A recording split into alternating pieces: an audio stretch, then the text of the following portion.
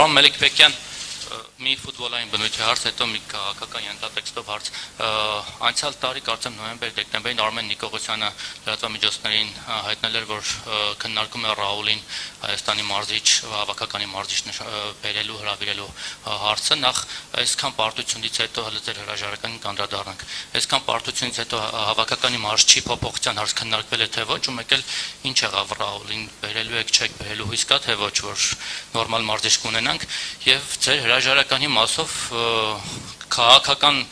կոնտեքստում համեմատում են, ասում են պատերազմից հետո Նիկոլ Փաշինյանը հրաժարական չտվեց, դա էլ մի կողմ, արդեն սովորել ենք։ Դուք ինչ հրաժարական չեք տալիս այսքան ամոթալի պարտություններից հետո։ Մեկ ուրիշը ձեր փոխարեն գուցե ամոթից հենց առաջին մի քանի պարտությունից հետո հրաժարական տար։ Ի վերջո ձեզ համար հաճելի է ամեն անգամ պարտություն կրել եւ ամեն անգամ օրինակ ֆան ակումբի տղաների կողմից այդքան այսպես կշտան բանկների ու ակցիաների արժանանալ ամեն անգամ, ամեն խաղ այսպես տապալվի ձեր հրաժարականի պահանջով։ Ի վերջո տալու եք թե չեք տալու հրաժարական։ Դա էր հարցը թե Ռաուլը։ Առաջինը Ռաուլը, երկրորդը ձեզ։ Հա, երկրորդը հրաժարականը։ Ռաուլի մասին պարոն Նիկողոսյանը կպատասխանի, որովհետև ես կարծում եմ դուք մի քիչ ուշադիր չեք հետևել Ռաուլի վերաբերել, բայց ինչևէ պարոն Նիկողոսյանը կանդրադառնա այդ հարցին։ Ես հրաժարականի մասին հայտարարություն տվել եմ եւ ասել եմ, որ հրաժարական չեմ տալու եւ ինչու, որովհետեւ ամոթալի պարտություններ եւ այլն։ Մենք նոր խոսում ենք շատ երկար ընդհանրապես ոլորտային նաեւ հաջողությունների մասին, նաեւ անհաջողությունների մասին եւ ճիշտ ասած, ասեցիք ֆուտբոլային հարց եմ տալու, հեչ ֆուտբոլային չէր ասել, որ այսքան պարտություններից հետո մարզիչը պատրաստում եք մարզչին հանել, հա, տենց բան ասեցիք։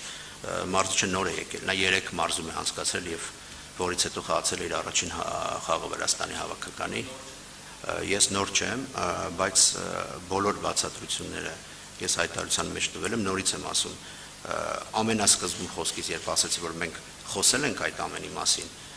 ով ցանկանում է տեսնել եւ լսել, տեսնում է, ով չի ցանկանում, չի տեսնում, եւ հրաժարականի պահանջը, հրաժարական ընդհանրապես եւ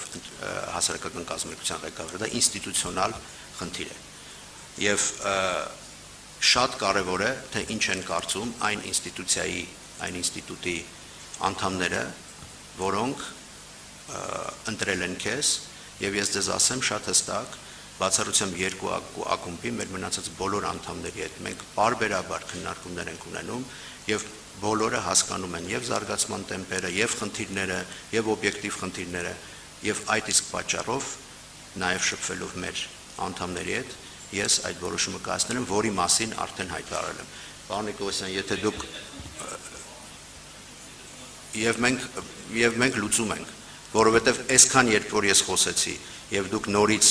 չեք տեսնում, այսինքն իհարկե կարելի է տեսնել